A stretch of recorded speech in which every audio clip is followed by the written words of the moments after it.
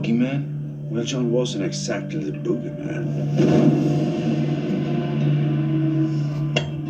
He was the one you sent to kill the fucking boogeyman.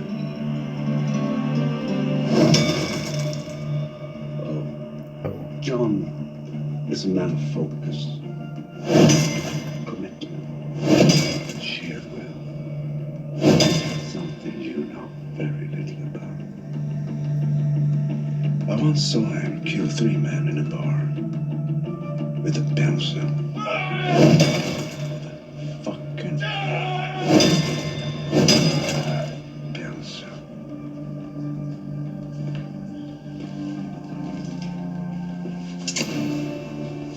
Hey everybody, welcome back to the Trading Post. It's me, Fred, and of course, the main man, Noodle. Tell him, Noodle, what we going to talk about tonight, huh? Tell him. We're going to talk about Baba Yaga. All right, everybody, we're going to talk about the tale about Baba Yaga. Now, the tale about Baba Yaga, the fairy tale about Baba Yaga, is a Russian fairy tale published in a late 18th century compilation of fairy tales. Okay? Variants from oral tradition have been collected in the 19th and 20th centuries from Russian language and Finno-Ugric speaking tellers. Now, the tale features the witch, Baba Yaga, as the antagonist of the tale, as she assumes the role of a mother-in-law that viciously hounds her daughter-in-law, the heroine. Now, the summary. Okay, in a distant kingdom, a wise woman named Baba Yaga, bony-legged, has an only son of virtuous character. He marries a human girl. She begins to despise her daughter-in-law and plots to kill her some way or another. Now, while her son is away, Baba Yaga begs with false kindness for the girl to go to the woods and milk her cows. The girl walks toward the cow pen, but her husband intercepts her in time and reveals that the cows are in fact bears that will kill her. Baba Yaga's son then suggests she milks some mares and gives it to Baba Yaga. Now, the next day, Baba Yaga asks the girl to shear her sheep in the woods. Her husband appears again and tells her that the sheep are wolves that will tear her to pieces. So he teaches her a magic command. The girl climbs up a tree, chants the magical command, and the wolves shear themselves. Seeing the girl's newfound success, Baba Yaga then sends her to Baba Yaga's sister with a request for a reed for weaving. Now, the girl meets her husband, who gives her oil, lard, needles, and pins, as well as a comb, a tablecloth, a brush, and a ring. The girl begins her journey. She oils the hinges of the door, gives pieces of ham to 2 dogs, gives lard to a cat, and needles and pins to a group of girls. The human girl asks Baba Yaga's sister for the reed. Baba Yaga's sister lets her have the reed, while she goes to prepare the bathhouse. Now, the group of girls warn the human that the witch is planning to devour her, so she must take the reed and escape. The human takes the reed and flees from the house. Baba Yaga's sister enters the house and, noticing the girl's absence, complains that the female servants, the cat, the dogs, and door have not stopped her, and flies away on her mortar behind her.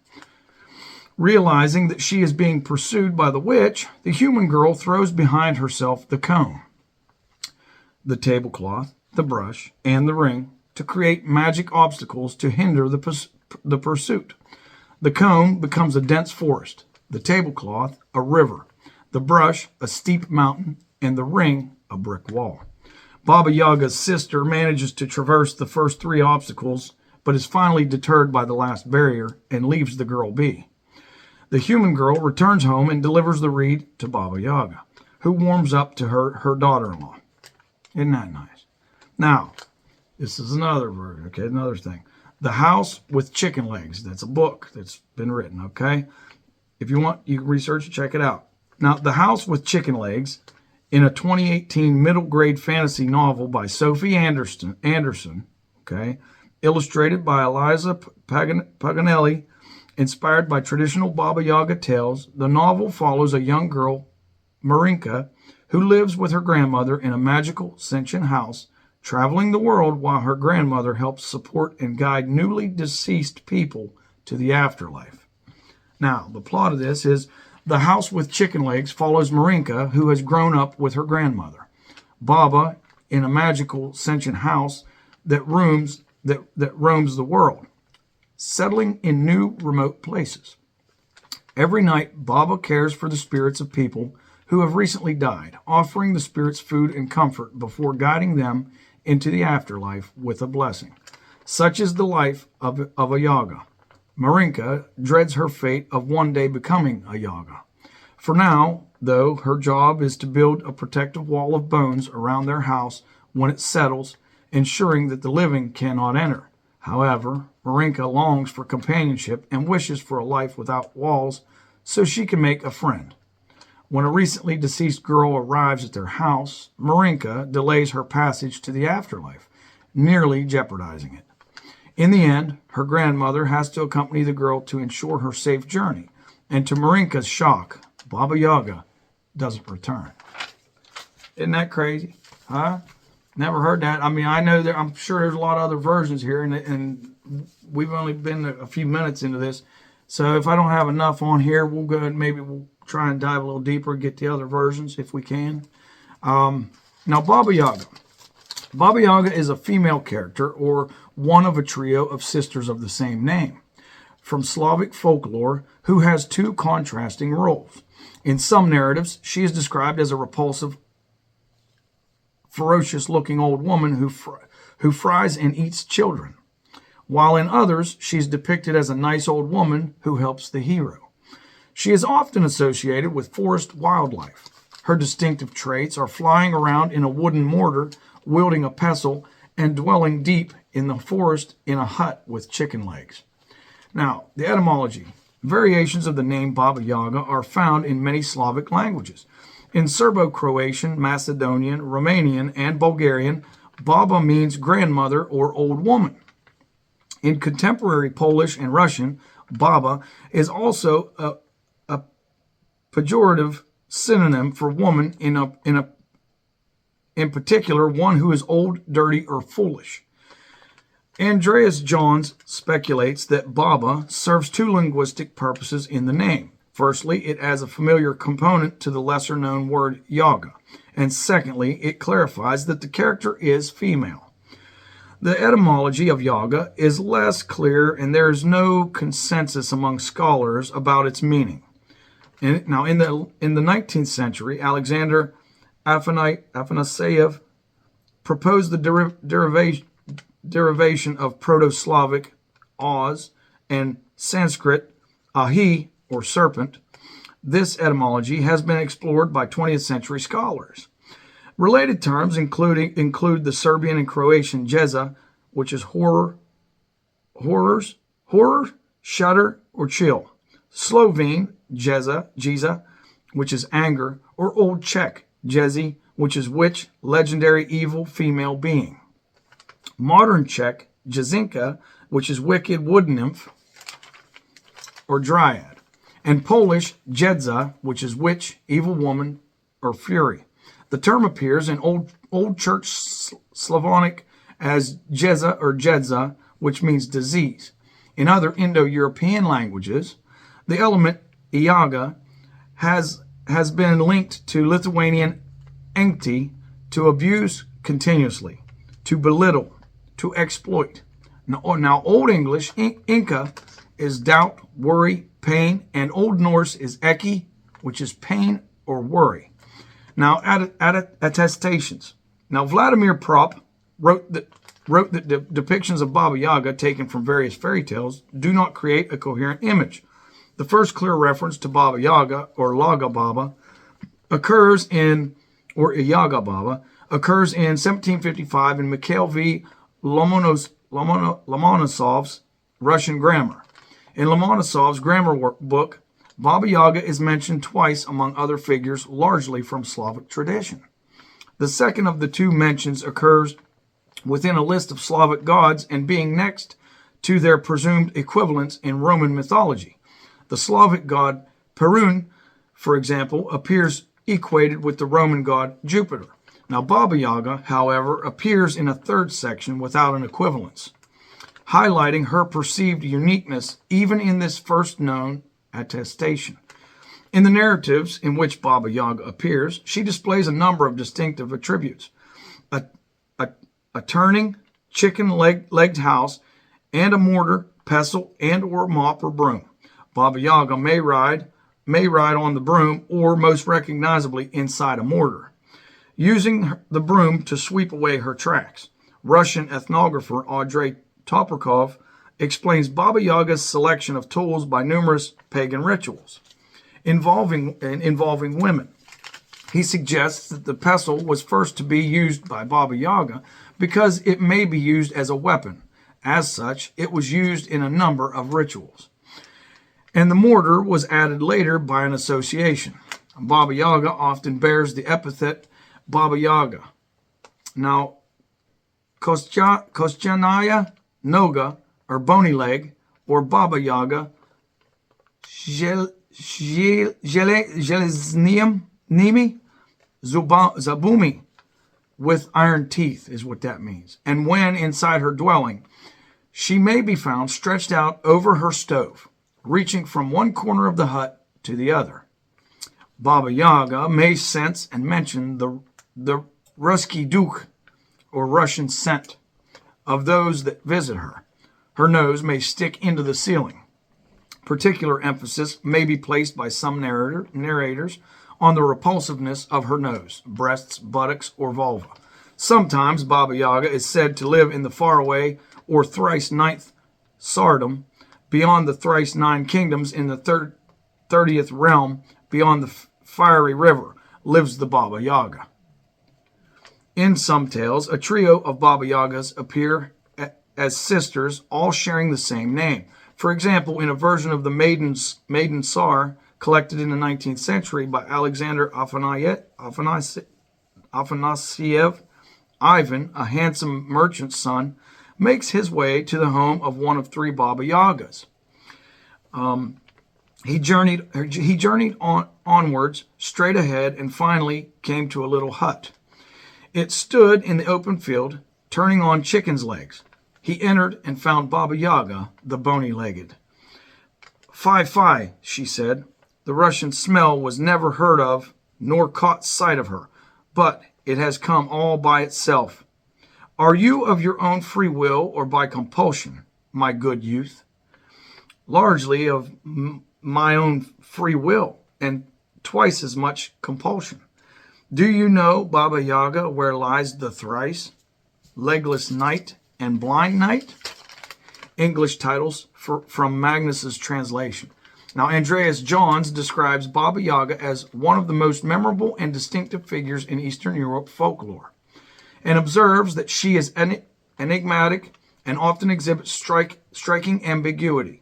He characterizes Baba Yaga as a many-faceted figure, capable of inspiring researchers to see her as a cloud, moon, death, winter, snake, bird, pelican, or earth goddess, totemic, matriarchal ancestress, female initiator, or phallic mother, or archetypal image.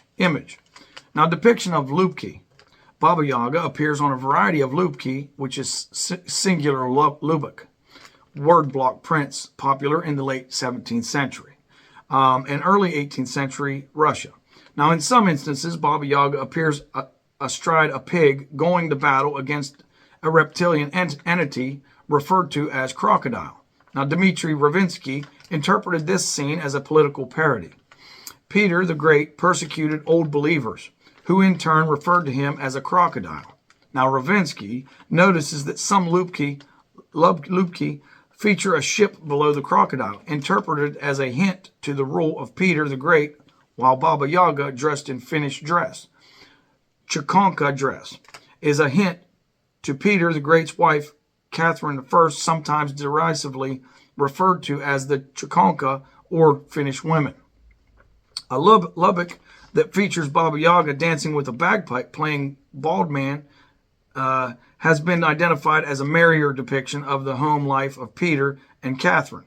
Now, some other scholars have interpreted these Lubki motifs as reflecting a concept of Baba Yaga as a shaman.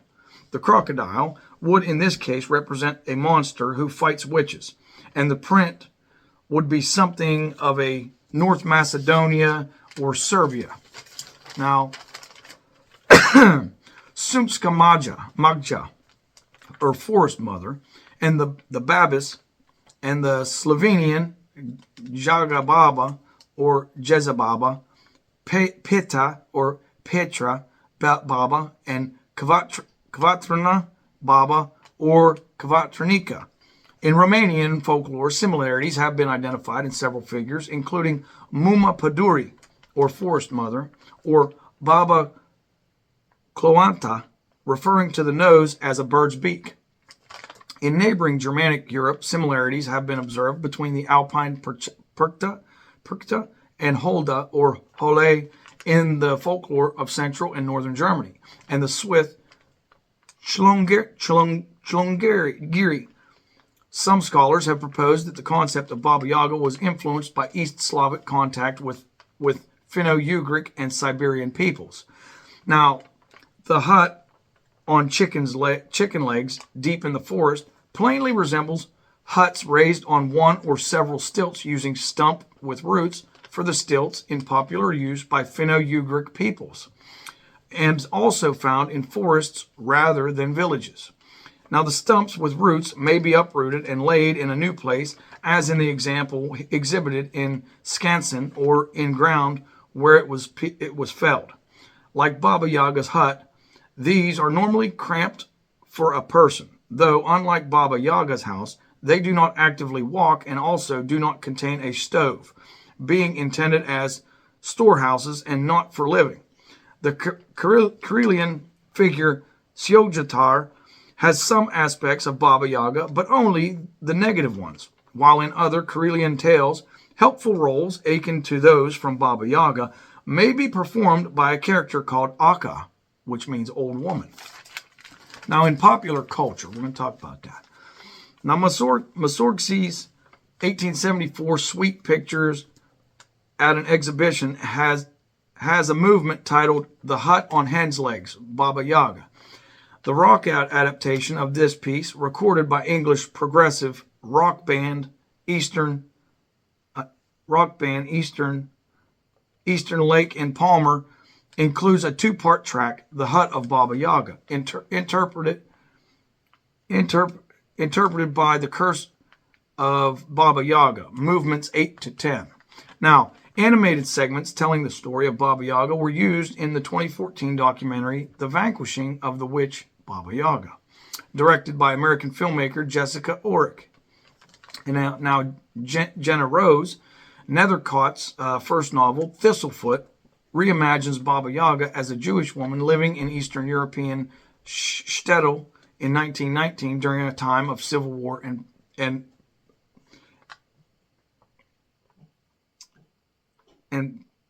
progress. Now, Sophie Anderson's book, The House with Chicken Legs, which received various accolades, features Marinka, the granddaughter of Baba Yaga, which we talked about. Here, Yaga is not a name, but a title for the guardian who guides the dead into the afterlife. And Marinka is being trained for this role. Yagas are reimagined as kind and benevolent.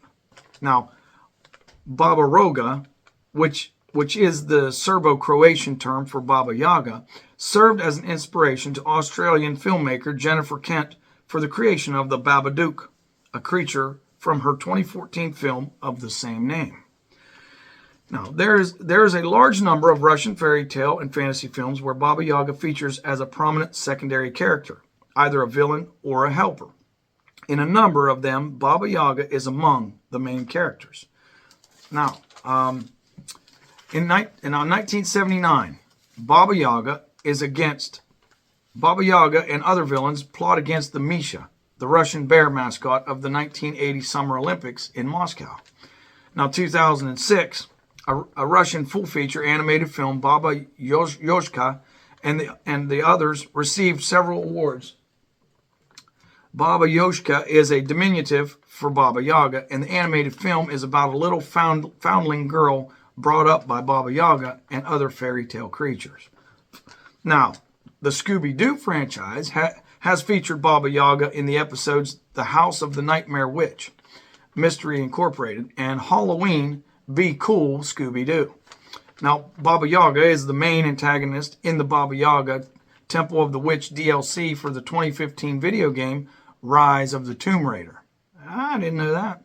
Baba Yaga and Boogeyman are nicknames for Keanu Reeves' character John Wick. Now, a 2025 doctor whose audio spin-off from Big Finish Productions featured a story where the doctor goes to look for Baba Yaga and meets Vasilika the Beautiful. She appears as she also appears as a playable character in the video game Smite. Now, I don't know about that. I never played that, so I can't tell you that. But so far, that's what I got on here. I may dig in, do a little bit more research. Maybe we can extend this a little bit and try to see if we can find some of the other tales, different versions of her story that I can find. I only found the two, but I'll see if I can find the other ones. We'll go ahead and continue this on. Maybe we'll do some more of the stories. Extend this out maybe half an hour or more because we're only at 20 minutes right now. Anyways, you guys, I hope you like it. I hope it's interesting to you. I mean, because here's what I understood of Baba Yaga, what little bit I knew. I mean, I'm not an expert on the subject, but I just know what I've heard. I did hear at one point there was talk of Baba Yaga was supposedly the witch that's in Hansel and Gretel that tried to cook them. Now, if you guys think that's true, I don't know. Maybe that's it. I don't know, but that's what I've heard that because there's some similarities there. I mean, she wants to eat people, yeah, and she's a witch. So I mean, those are kind of two correlations there that I can think of. But yeah, I did remember hearing about the chicken leg house. I thought that's kind of freaky when you think about it. Can you imagine a house walking on chicken legs? I think that's scared the living crap out of any of us. But yeah, I guess I never heard the concept of her being the one that's escorting people to the afterlife. I never thought of that, but I mean, I guess she kind of resembles, in a way, death. I don't know. I mean, I guess that's part of the translation of the words too. Is it can stand for death. But what do you guys think? I mean, this tale, this legend, it stretches across quite a few areas, quite a few places, different languages and things like that. What do you think? Also, I've also heard that the parents of the time used to tell them this story about Baba Yaga. They would threaten them and say, "Oh, if you don't go to sleep, Baba Yaga's going to come get you," and things like that. Or if they didn't eat their food, Baba Yaga's going to get you. That was their parenting tactics to scare the crap out of them. Anyway, let me know what you guys think. I'm going to see if I can find some more on this, and we'll get back to her. What do you think about that? You guys have a great day. Live, laugh, and love, yo. I may be getting back on here and finishing this out with some more stuff, so give me some time.